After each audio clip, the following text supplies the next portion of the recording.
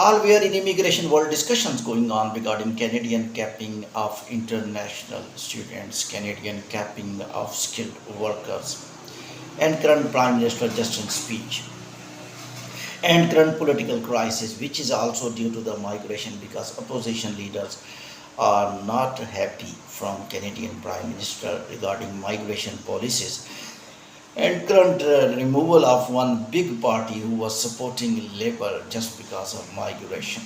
So these discussions are at one angle, but biggest question is what is what is current number of international students now currently studying in Canada? 411,000. Unbelievable. That's why the pressure, heat from Canadian citizens, from opposition leaders, and housing sector pressure, and the pressure on Canadian government, Canadian citizens, Canadian facilities. And now I will just assess why Canada is in this situation, why Canadian immigration is out of control now, why even Canadian Prime Minister taking substantial decision, but opposition leaders are telling now it's all vain, now it's all over. Even you don't allow single migrant to Canada, the things are already become worst. So therefore, these press conferences, these decisions, these immigration new rules did not affect opposition leader to be more flexible against Prime Minister Justin and Labour. So why Canada currently in this deteriorated status?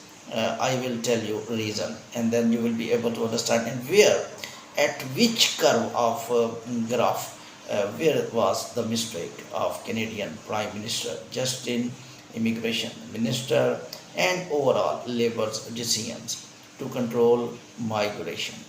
I will tell you, in COVID 19, where passports were very less circulating throughout the world, and visas, people were not going to visit, people were not going to work, people were not going to study. The numbers of the students significantly reduced in Canada, like other countries. As we know, these developed countries depending upon fee of the students, because these Canadian students almost submit 1 year fee simultaneously in the banks of Canada or in the banks of Australia.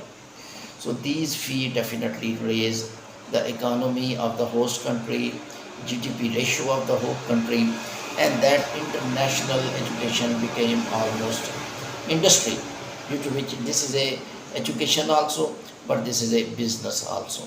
So therefore, Canadian government thought that we need to change some rules and we need to be little a bit flexible for Canadian student visas. Some compensation, some relaxations were allowed for Canadian student visa, mean they were able to show funds for 1 year, and after that they will support, the immigration officer will not ask, IRCC will not ask, just they need to support themselves within 1 year. After 1 year, they are doing work, either they are sponsoring themselves, that will not the matter of IRCC. Some other compensations were also given in COVID 19. And then what happened?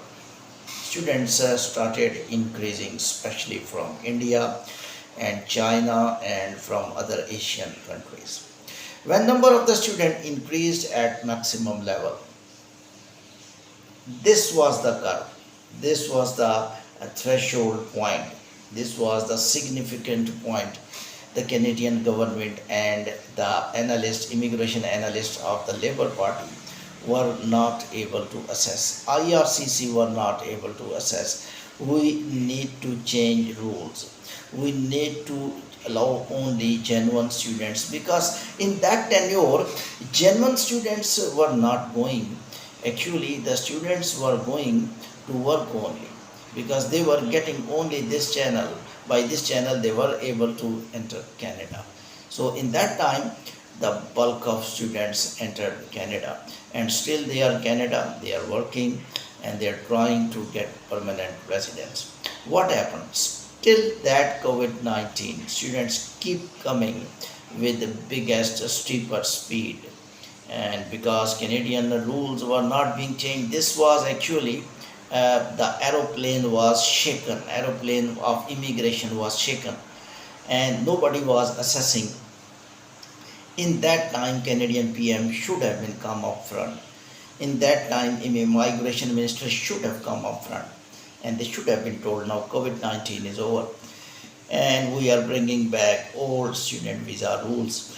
We will be tight in assessing genuine and fake students. And these sentences which migration minister is speaking now, he must speak in that time, that students who are moving to Canada, you are coming for study only, and you will get your degree. Your primary objective, your primary desire is only education.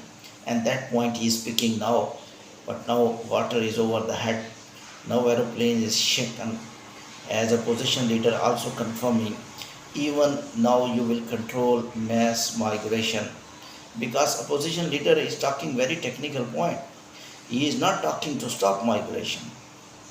He is talking, we are telling Canadian government since 2 years, control migration, control mass migration, allow only genuine people to enter into Canada, allow only the people who are required by Canadian government, allow only those people who are successful in Canada and useful for Canadian citizens and for the Canadian government.